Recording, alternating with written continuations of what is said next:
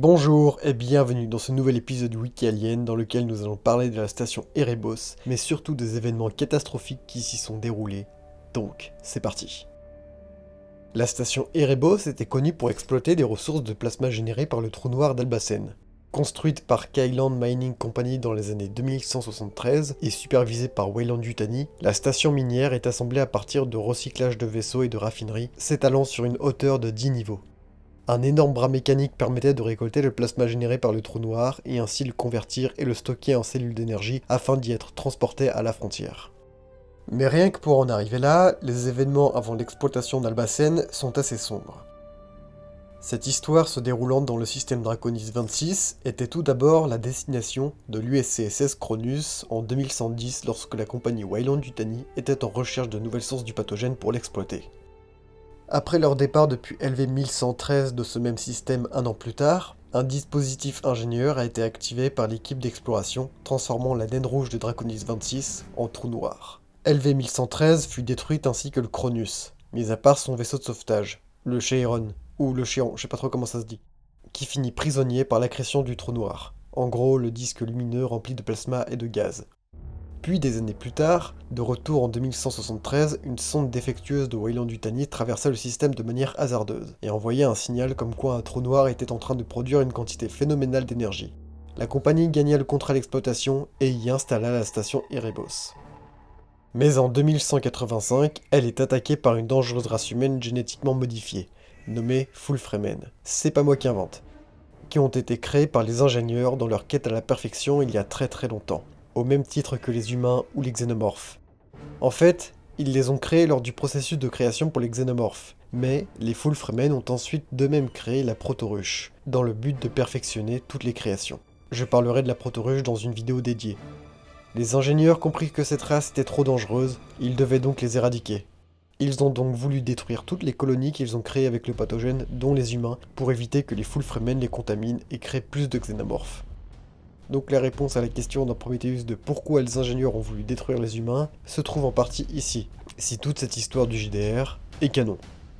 Ces humanoïdes attaquèrent les ingénieurs en leur lâchant la protoruche pour se défendre, ce qui les fit presque disparaître au cours d'une guerre qui les obligèrent à fuir de l'espace connu. Beaucoup de leurs colonies et mondes tombèrent aux mains des Fullfremen. Mais les ingénieurs leur donna beaucoup de fil à retordre également, et réussissent presque à les éradiquer. Les derniers survivants Fullfremen finissent par rentrer de force en hibernation. Les ingénieurs renommèrent cette création comme « Enfant ingrat ». On a donc également un début de réponse de pourquoi on ne retrouve que des ruines mortes sur les planètes comme LV-895 ou LV-223.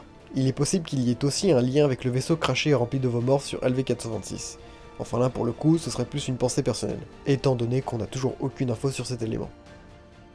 C'est au début des années 2100 que plusieurs colonies humaines découvrent à leur tour plusieurs protoruches, dont celle sur LV-1113 par l'équipage du Cronus en 2110. Donc au passage, le vaisseau est le même modèle que celui de la mission Prometheus.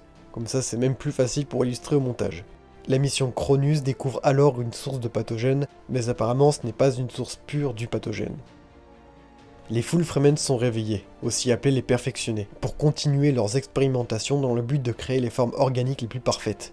Ça, c'est ce qu'il se passe sur les autres colonies. Nous, on reste sur LV-1113, dont les scientifiques trouvèrent le pathogène modifié, qu'ils ramenèrent à bord du Cronus pour en faire des expérimentations. Par accident, certains d'entre eux furent contaminés par des spores de néomorphes quand ils étaient encore sur la planète, mais ils en sont rendus compte trop tard, une fois remontés à bord du vaisseau. Une mutinerie s'est alors lancée, envoyant les infectés dans le vide via la capsule de sauvetage qui se retrouva piégée par l'accrétion du trou noir, créé par l'équipage eux-mêmes plus tôt lors des événements sur la planète, à cause d'un artefact ingénieur. Mais d'autres encore à bord étaient infectés. Donc certains scientifiques ont tenté de créer un vaccin pour y remédier à base du pathogène, qui n'était cependant pas totalement sûr, et a donc fini par changer certains en abominations. Puis, quelques temps après des événements toujours plus catastrophiques, le Cronus est en ce moment même en pleine dérive dans l'espace, avec un avenir incertain. Les malheureux à bord de la capsule de sauvetage finissent par muter à cause de l'accrétion du trou noir et de la forme du pathogène absorbé plus tôt, se transformant en abomination à cause de l'énergie dégagée. Ils se sont enfermés dans des cocons pour muter en Fullfremen. Une nouvelle protoruche se forme à bord du Chéron. C'est donc en 2185 que la capsule de sauvetage du Cheiron est récupérée par la station Erebos et que l'infection commence. La protoruche contamine et transforme rapidement toutes les sections et les tunnels en forme biomécanique. La station devient alors une protoruche vivante tout entière. Une équipe envoyée par la compagnie Weyland-Yutani, donc les joueurs du GDR en question, viendra sur Erebos pour étudier les lumières d'Esdal, et feront la rencontre des Full Fremen, dont ceux-ci leur imposeront un choix simple. Trouver la souche de Draconis 26 qui est une variation du pathogène, mais avec à peu près les mêmes effets, ou tout simplement mourir. Et je pense que je vais m'arrêter là pour le moment, pour y revenir pour un second épisode. L'événement renferme énormément d'informations et de lore. À la base, il s'agit donc d'une histoire que l'on peut découvrir à travers un JDR.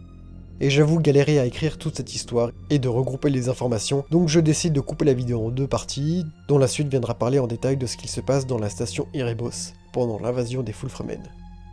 L'histoire vient du JDR Heart of Darkness, dont le niveau de certitude sur sa canonicité est assez ambigu, et donc peut à tout moment être rayé du lore de la saga.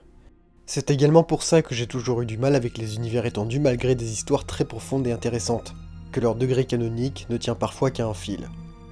Puis pour rajouter une info sur le Cronus, pratiquement tout a été raconté sur cette mission dans cette vidéo. En fait, nous n'avons que très peu d'informations sur son sujet.